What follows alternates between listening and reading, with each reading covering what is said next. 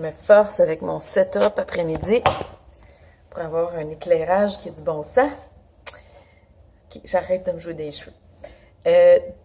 Deuxième capsule imparfaite aujourd'hui pour faire une parenthèse, quelques minutes pour vous parler du contrôle. Le contrôle comme une technique qui peut être à favoriser dans certaines situations en relation d'aide.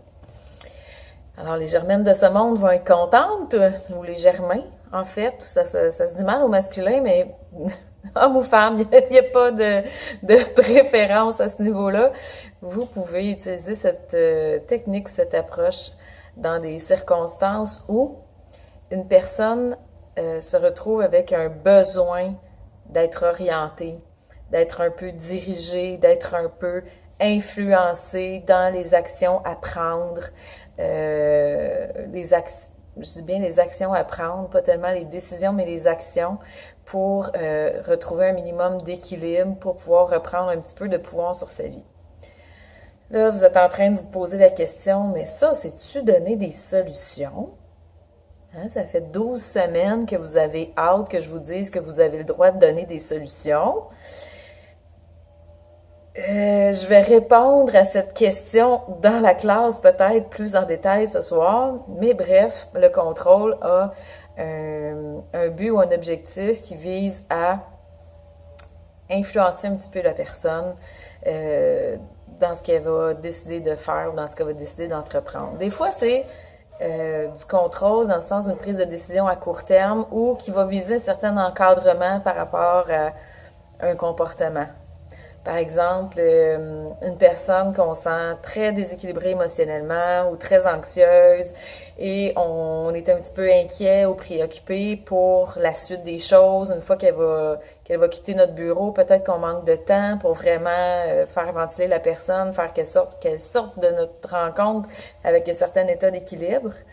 Donc, ça peut être d'amener un petit peu des mesures d'encadrement du genre, bon, ce soir, qu'est-ce que tu vas faire? Tu t'en vas où? Est-ce que tu as quelqu'un à qui tu peux parler? OK, tu me dis que tu as une amie, j'aimerais ça que tu l'appelles maintenant avant de quitter le bureau, puis que tu lui donnes rendez-vous, s'assurer qu'elle soit là avec toi ce soir, si tu as besoin, si elle peut t'assurer son soutien, etc. Ça va être dans l'optique de mettre un filet de sécurité. L'autre chose, ça peut être aussi, je fais une référence à quelqu'un, une référence qui est importante pour elle parce que s'il survient un nouvel événement dans sa vie, elle va complètement tomber en déséquilibre et je pourrais être inquiète pour cette personne-là qui apporte une inquiétude, pas nécessairement au niveau suicidaire, là, mais une inquiétude par rapport à des conséquences que ça pourrait avoir pour elle. Bon, là, je vais mettre un petit peu de concret là-dessus. Un étudiant ou une étudiante en éducation spécialisée, en fin de session, qui concilie un emploi temps plein avec 3 cours, qui vient se confier par rapport à un débordement émotionnel, une fatigue intense et tout ça. Et là, je me dis, s'il faut qu'il arrive juste un événement imprévu dans sa vie, je sais pas qu'est-ce qui va arriver avec cette personne-là, quel genre de crise peut l'attendre. Alors, je fais une référence. Je fais une référence aux travailleurs sociaux au cégep. Et si je vais dans une optique d'intervention de contrôle, je vais te demander d'appeler les travailleurs sociaux. Voici le numéro. Je te demande d'appeler maintenant ou d'appeler à la première heure demain matin. Plus que ça, je pourrais même dire, est-ce que tu veux que... Je tiens à ce que tu fasses au moins une rencontre. Je pense que c'est important pour toi, etc.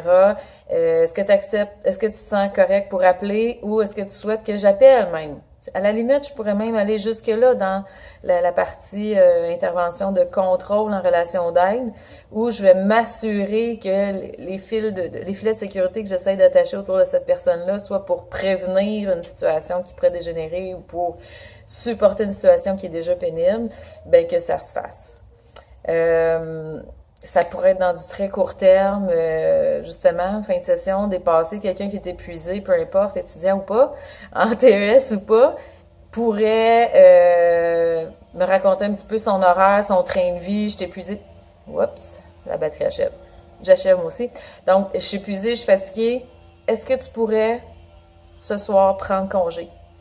Est-ce que demain, tu penses que tu pourrais prendre congé puis t'accorder une journée un 24 heures pour remplir ta bouteille d'énergie, pour te reposer, te ressourcer, etc. Donc là, on s'en va un peu dans le contrôle parce qu'on vient de suggérer, conseiller fortement, c'est sûr qu'on ne peut pas décider pour la personne, mais conseiller fortement la personne et l'influencer dans sa prise de position au niveau d'une action à prendre dans un court délai. Ça peut pas être ça à long terme, du contrôle, mais dans des situations pointues, oui. De la suggestion fortement recommandée de prise de décision ou de prise d'action qui pourrait être favorable à ce que la personne retrouve un minimum d'équilibre, ça peut se faire. Donc, pour toutes celles et tous ceux qui mourraient d'envie de donner des conseils, ben, sachez que ça peut se faire dans certaines occasions bien précises.